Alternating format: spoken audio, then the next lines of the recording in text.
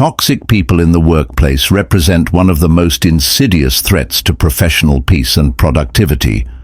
Whether it's the colleague who consistently undermines your contributions during team meetings with subtle jabs, the manager who publicly takes credit for your ideas while privately shifting blame for failures onto you, or the office gossip who seems to thrive on creating interpersonal drama where none need exist.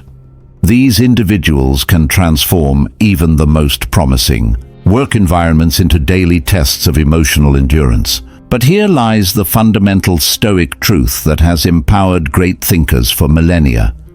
While we cannot control the behavior of others, their pettiness, their manipulations, their needless cruelty, we maintain absolute sovereignty over our responses, our interpretations, and ultimately our inner peace. This principle guided Marcus Aurelius through the complex political machinations of imperial Rome, where betrayal lurked around every corner. It sustained Seneca through the unpredictable cruelty of Emperor Nero's court, where a philosopher's life could end on a whim. And it enabled Epictetus to maintain his dignity and purpose, even while living as a slave, proving that true freedom comes from within. When interrupted during an important presentation, when subjected to unfair public criticism designed to humiliate, or when deliberately baited into an emotional reaction someone hopes to exploit, your first and most powerful response is always the same. A deliberate, controlled pause lasting 5 full seconds, accompanied by steady, unblinking eye contact that communicates not anger, but profound disappointment. This technique works on multiple psychological levels simultaneously. First, it denies the toxic individual the emotional payoff they crave, that visible reaction of hurt or anger that fuels their dysfunctional behavior. Second, it creates an uncomfortable vacuum where they must confront the weight of their own words and actions without the distraction of your response to hide behind. Third, and perhaps most importantly, it communicates to all observers in the room that you refuse to be drawn into petty power struggles or emotional games that demean everyone involved. As Marcus Aurelius reflected in his private journals during his most challenging times as emperor, the best revenge is to refuse to become like your enemy. Questions like, "Why did you approach the project that way?" or "What made you think that solution was acceptable?" often aren't genuine inquiries seeking understanding. They're carefully constructed traps designed to put you on the defensive and reinforce their perceived authority.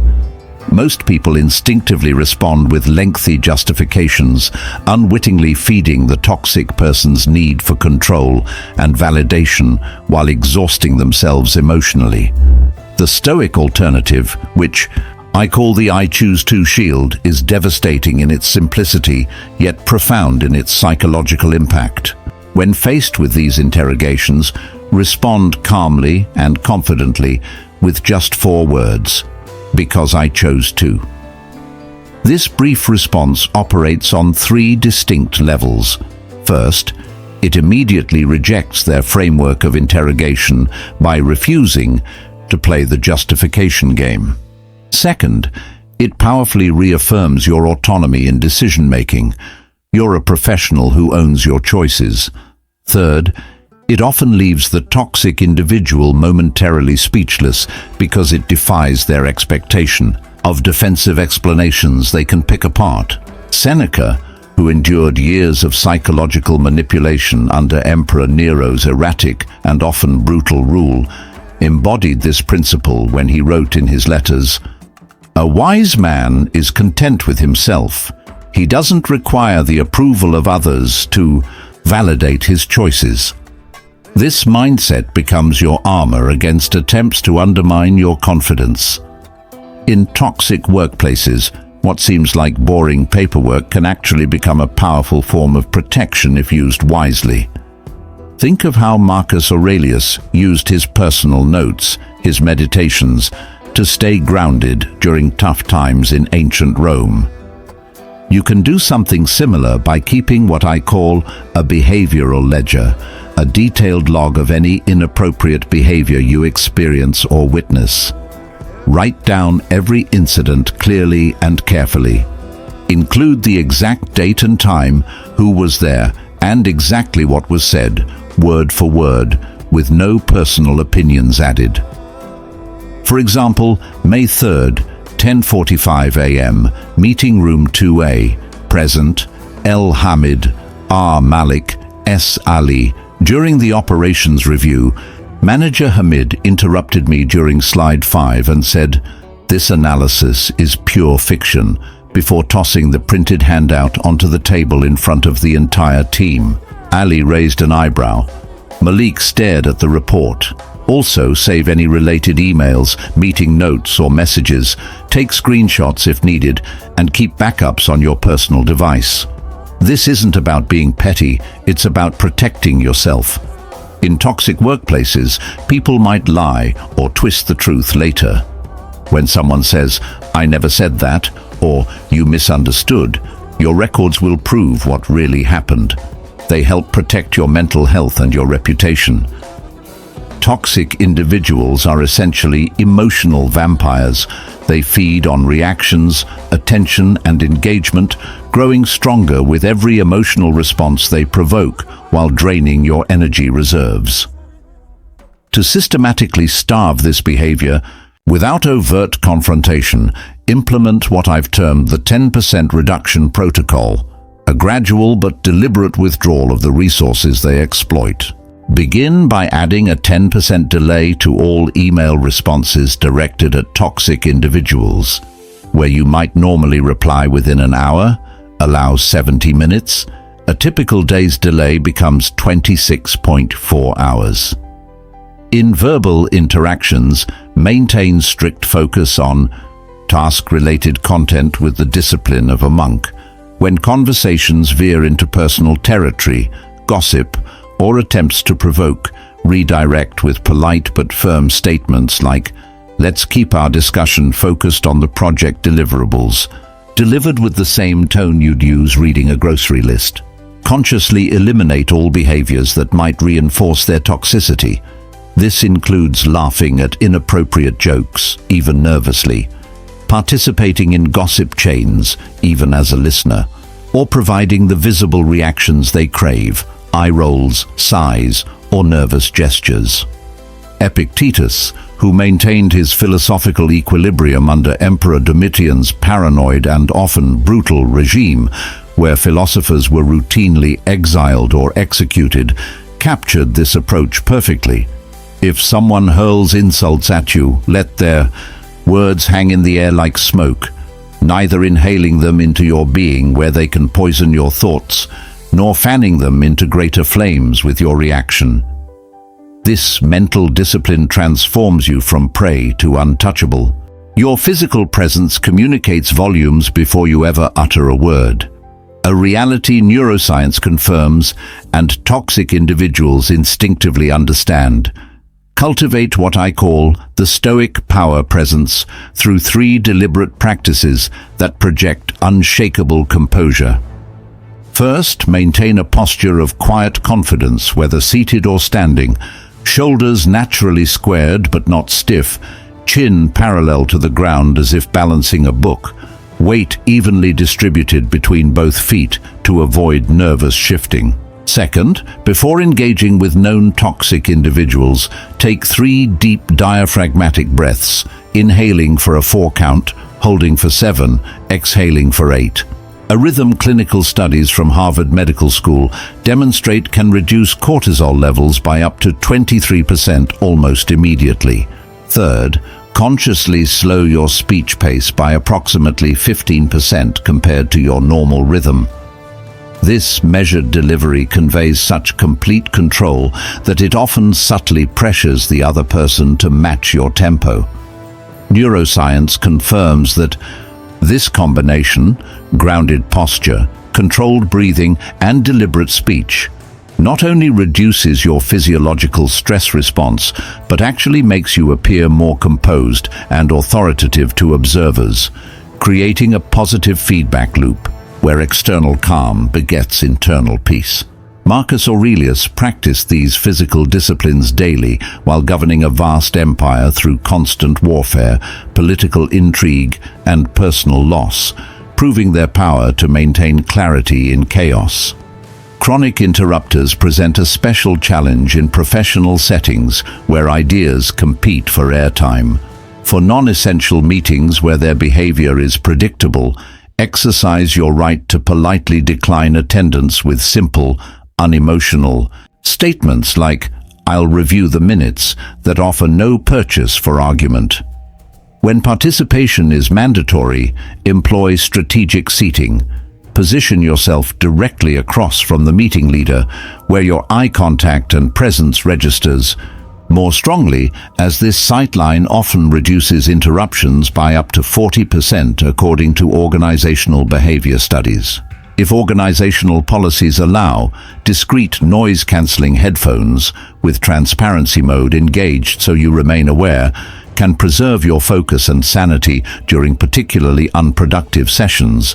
Their mere visibility often discourages direct provocation. Remember Marcus Aurelius's timeless insight. You have command over your mind, not external events. Focus your finite energy where you can actually affect change, your preparation, your delivery, your follow-up, rather than frustrating yourself with circumstances beyond your control, like others' incivility. Venting about workplace frustrations may provide temporary emotional relief, like scratching a poison ivy rash, but ultimately reinforces a victim mentality that erodes resilience over time. Seneca, who wrote extensively about emotional self-regulation, during his exile in Corsica, warned in his letters that complaining corrodes the soul as acid corrodes metal, each repetition etching the grievance deeper into your being. Rather than participating in negative talk around the office water, cooler or private chat channels, channel that energy into solution-oriented action that rebuilds your sense of agency. Draft professional, constructive emails to HR that outline specific concerns paired with thoughtful proposals for improvement. For example, over the past quarter, I've documented 7 instances where interdepartmental communications broke, down due to unclear chains of command, see attached. Might we trial a weekly cross-functional stand-up to surface blockers early? Become known as someone who identifies problems while consistently offering potential solutions. This approach gradually transforms your professional reputation from that of a complainer to a problem solver, a crucial distinction that benefits both your mental well-being and career trajectory in measurable ways. The language we use, both internally and externally, shapes our psychological reality in profound ways that modern neuroscience continues to illuminate. Consider the critical difference between saying, "My boss makes me furious with his constant micromanagement," versus, "I experience frustration when my boss disregards established protocols by demanding last-minute changes." The first formulation surrenders emotional control to another person, implying helplessness, while the second maintains your personal agency in emotional regulation by focusing on the specific behavior rather than the person. This distinction lies at the heart of Epictetus's foundational teaching in the Discourses. Men are disturbed not by things themselves, but by the views they take of them. By consciously reframing both your internal dialogue and external communications using this Stoic lens, you reclaim psychological sovereignty from toxic individuals. They remain responsible for their actions, but never again for your emotional state. Practice this daily by auditing your thoughts and conversations for victim language, then systematically replacing it with empowered phrasing that reflects reality without exaggeration or helplessness. Many professionals find themselves lying awake at night mentally replaying painful workplace interactions like a movie they never wanted to see. The embarrassment of public criticism, the sting of unfair blame, the frustration of being talked over. There's a specific Stoic exercise developed by the ancients to break this cycle and reclaim your rest. Keep a dedicated notebook by your bedside. I recommend hardcover for durability. And when these intrusive thoughts emerge, document them in exhaustive detail. Include the exact words spoken, your physiological reactions, racing heart, flushed face, etc., and the surrounding circumstances, who was present, time of day, preceding events. Then, in a safe metal container, I use an old biscuit tin, literally burn the pages one by one while mentally repeating, "This no longer serves me." The physical act of watching those toxic thoughts turn to ash provides powerful psychological closure and symbolic release that studies show can reduce sleep onset latency by up to 40%. Marcus Aurelius regularly reminded himself in his meditations, "The present moment is your only true possession. Don't sacrifice it to replaying what cannot be changed." Don't allow toxic individuals to colonize your nights as well as your days. Your rest is sacred ground. Now, let's examine the powerful case study of Rothman, a railroad signal engineer who successfully navigated one of the most toxic supervisors documented in organizational psychology research. This boss systematically sabotaged Rothman's work through deliberately vague instructions. Just fix the signaling issue by Friday, followed by public humiliation when results inevitably fell short. I said clearly it needed to meet safety code. Why is this garbage? Rothman implemented a brilliant two-part Stoic defense. First, following every verbal directive, he'd send a confirmation email with the precision of a court transcript. Per our 2:15 p.m. conversation at Signal Box 3, you requested I complete the interlocking system retrofit by Friday 5 p.m. without additional crew or overtime authorization. Please reply to confirm this understanding. Second, when blamed for a near-miss incident caused by these impossible demands, Rothman presented his comprehensive paper trail, timestamps, witness statements, safety regulation excerpts to the Regional Safety Review Board. The outcome? His boss was reassigned to a remote special projects office reviewing decades-old maintenance logs, effectively corporate Siberia. Rothman's insight perfectly captures the Stoic approach to bureaucratic warfare. I learned to transform paperwork from meaningless ritual into impenetrable armor. Their own systems became their undoing. These difficult individuals, while painful to endure, ultimately serve an unexpected purpose in our professional development when viewed through the Stoic lens. Like the sparring partner who trains the boxer by throwing real punches, they reveal our remaining vulnerabilities, test our principles under fire, and force us to develop greater emotional and psychological strength than we knew we possessed. As Epictetus astutely observed in the Discourses, the thief of your peace becomes your most rigorous teacher, if you have the wisdom to enroll in his unwanted lessons.